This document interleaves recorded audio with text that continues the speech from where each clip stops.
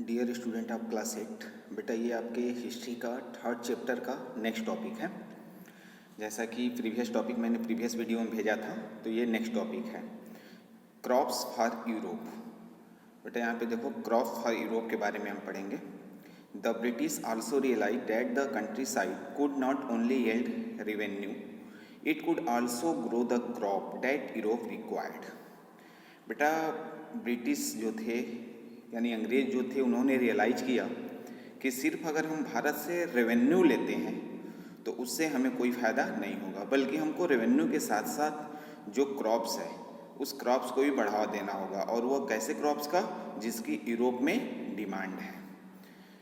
तो उन्होंने क्या सोचा कि सिर्फ हम इंडिया से रेवेन्यू ले रहे हैं किसानों से, उससे हमें फ़ायदा नहीं होगा, बल्कि यूरोप में यानी उनके देश एरिया में, उनके देश में जिस क्रॉप की अधिक से अधिक आवश्यकता है, बल्कि उन क्रॉप्स को इंडिया में अधिक से अधिक उगाया जाने के लिए किसानों को प्रोत्साहित किया जाए।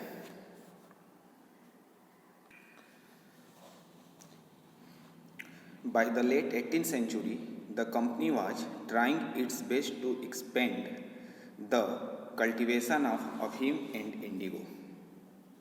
बेटा 18वीं शताब्दी तक, 18वीं शताब्दी के अंत तक कंपनी ने अफीम और इंडिगो की खेती का विस्तार करना शुरू कर दिया, यानी प्रयास करने लगा। किसकी खेती का? इंडिगो और अफीम की खेती का भारत में विस्तार करना प्रारंभ कर दिया। फिर बेटा इसके बाद वाले समय में अंग्रेज़ों ने क्या किया कि भारत के अलग अलग हिस्सों में, यानी अलग अलग क्षेत्र में, अकॉर्डिंग स्टेट आप कह सकते हो प्रेजेंट टाइम में, उसके अकॉर्डिंग वहाँ पे अलग अलग प्रकार के क्रॉप उगाने के लिए किसानों को मजबूर करने लगे, यानी किसानों को प्रेशराइज करने लगे।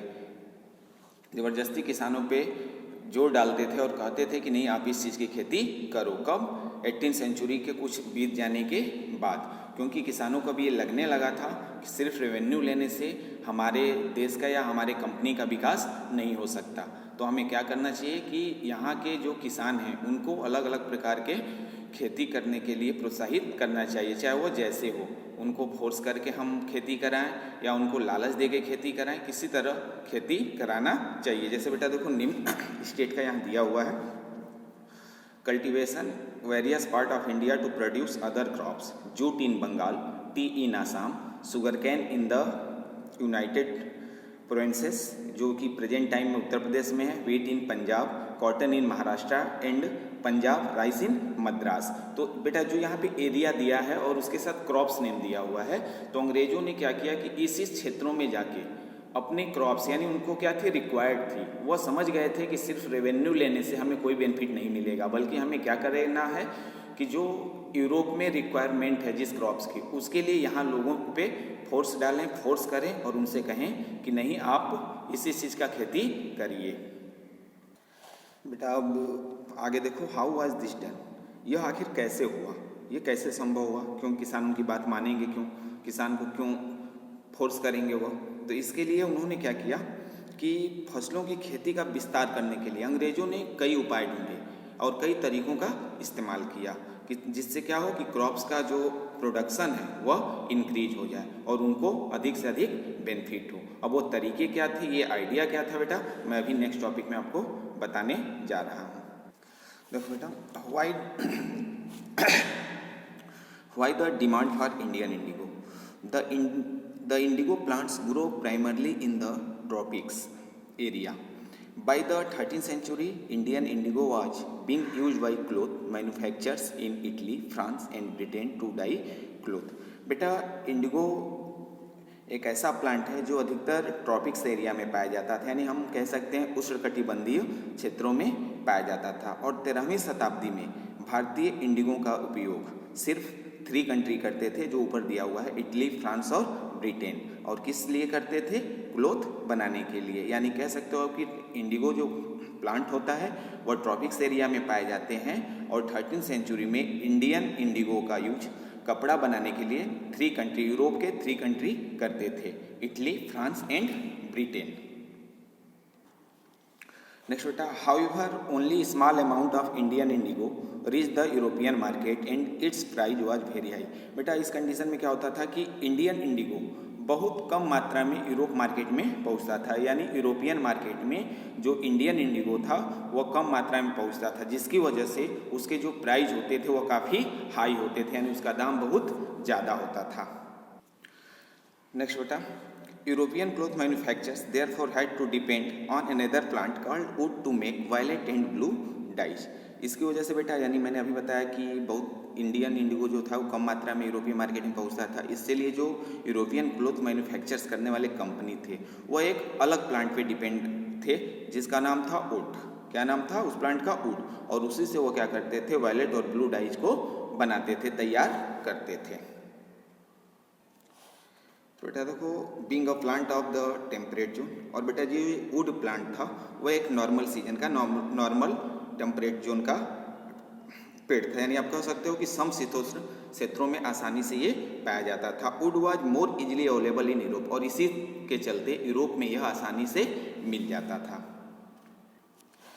It was ground in northern Italy, southern France and in parts of Germany and Britain. बेटा जो यहाँ पे देश के नाम दिए हुए हैं वहाँ पे जो वुड प्लांट था वो आसानी से मिल जाता था, और अधिक मात्रा में न मिलने के कारण वहाँ के जो व्यापारी थे, यानी आप कह सकते हो मैन्युफैक्चर करने वाले कंपनी थे, वो अपने सरकार पे फोर्स करने लगे कि आप इसको आयात नहीं करोगे, यानी दूसरे देशों को आप भेजोगे नहीं। और इसका कंपटीशन जो है इंडिगो और वुड का आपस में कंपटीशन हो गया, जिसके लिए वहाँ के लोगों ने अपने सरकार पे क्या किया, फोर्स किया, सरकार को फोर्स किया, दबाव बनाया कि नहीं, आप जो वुड से हम डाइज तैयार कर रहे हैं या इंडिगो जो थोड़ी मात्रा में आ रहा है इंडियन इंडिगो, उससे हम कपड़ा बना रहे हैं, तो आप इसको दूसरे देशों में आयात नहीं करोगे, इस इम्पोर्ट नहीं करोगे। क्लियर बेटा?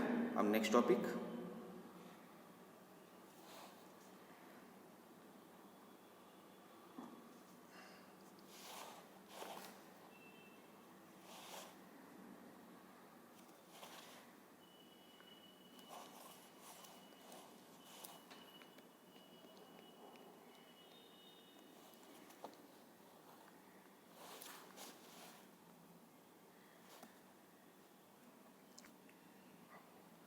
By the end of the 18th century, the demand for Indian indigo grew further.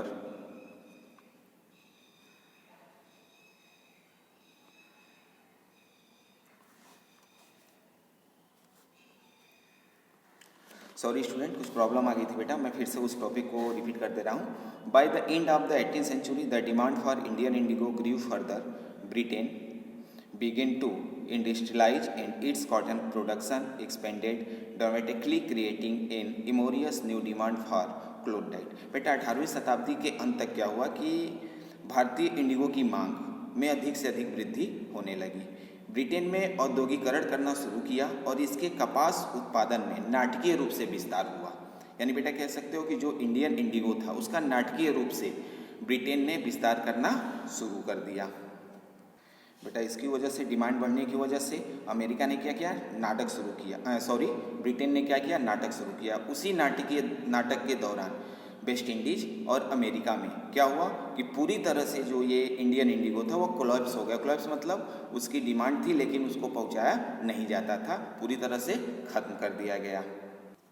बेटा देखो, between the 1783 and 1789 the production of Indigo in the world fail by half. बेटा यो जो ब्रिटेन ने नाटक शुरू किया उसकी वजह से क्या हुआ, जो इंडियन इंडिगो था वह 1783 से 1789 के बीच में उसका जो प्रोडक्शन है वह हाफ हो गया, यानी पहले जितना होता था पूरे वर्ल्ड में उसका हाफ हो गया। Cloth dyers in Britain now desperately looked for new sources of Indigo supply. इसकी वजह से ब्रिटेन ने क्या किया कि इंडिगो सप्लाई के नए नए सोर्स ढूंढना शुरू कर दिया, यानी वो सोचने लगा कि नहीं, हम इंडियन इंडिगो के नाम पे, यानी इंडियन इंडिगो जो होता है उसी की तरह और भी अधिक से अधिक क्रॉप बनाएं और उसको क्या करें, विदेश में सप्लाई करें, ताकि उनके कंपनी को प्लस अंग्रेजों को अधिक से अधिक बेनिफिट हो सके। क्लियर बेटा? तो ये पूरा कहानी था कि अंग्रेजों ने कैसे क्रॉप को बढ़ावा दिया और क्रॉप बढ़ने के बाद उन्होंने क्या क्या नाटक किया और कैसे इंडियन इंडिगो को के प्रोडक्शन को हाफ किया और क्या क्या समस्या प्रोड्यूस की, बल्कि इंडिया में नहीं पूरे देश के सामने। तो ये सब किसका देन था बेटा? ब्रिटेन यानी अंग्रेजों का देन था। क्लियर? नेक्स्ट टॉपिक बेटा आप देखो। नेक्स्ट टॉपिक बेटा, how was indigo cultivated. Indigo को कल्टिवेटेड कैसे किया जाता था, उगाया कैसे जाता था? तो there were two main system of indigo, there were two main system of indigo cultivation, nij and ryoti. बेटा इंडिगो की खेती के दो मुख्य प्रणालियाँ थी, नीज और ज्योति। Within the system of nij cultivation the planter produce indigo in lands that he directly controlled. अब बेटा नीज में क्या होता था कि नीज की खेती की प्रणाली के भीतर उन जमीनों पे उत्पादनकर्ता का नियंत्रित डायरेक्ट नियंत्रण होता था जिसपे वह इंडिगो उगाता था। यानी आप कह सकते हो कि निज सिस्टम में जो था डायरेक्टली किसान मालिक होता था अपने इंडिगो प्लांट का, और दूसरा कोई नहीं होता था। Second, he either bought the land और rented it from other zamindars and produce indigo by directly employing hired labours. और इसमें क्या करता था, वो जो ज़मीन था, अगर कोई इंडिगो की खेती करना चाहता था, उसके पास ज़मीन नहीं होता था, तो वो क्या करता था, जमींदारों से रेंट पे ज़मीन लेता था और लेबर भी अपने से हायर करता था और उस पर इंडिगो की खेती कराता था। और इंडिगो की खेती करने के बाद जो भी सप्लाई करता था, वह जो भी रेट उसे मिलता था उसका वह स्वयं मालिक होता था, जमींदारों से या अंग्रेजों से कोई मतलब नहीं था। लेकिन निज सिस्टम में क्या था, किसान थे, अगर उनके पास ज़मीन है तो स्वयं खेती करते थे, नहीं है तो जमींदारों से ज़मीन को रेंट पे लेते थे। रेंट पे लेने के बाद वो क्या करते थे, उस पर इंडिगो की खेती करते थे और उसके लिए लेबर भी खुद हायर करते थे। ये नहीं कि लेबर कोई और देगा, लेबर भी खुद हायर करते थे और उसको कंपनी को या ब्रिटेन को जहाँ भी उनको सप्लाई करना था वो आसानी से सप्लाई करते थे और जो भी बेनिफिट होता था वो डायरेक्टली उनके पॉकेट में जाता था। तो बेटा ये चैप्टर 3 के कुछ टॉपिक थे, और भी ये चैप्टर काफ़ी बड़ा है, तो इसके और भी बहुत से टॉपिक हैं जो मैं आपको नेक्स्ट वीडियो में सेंड करूँगा। धन्यवाद।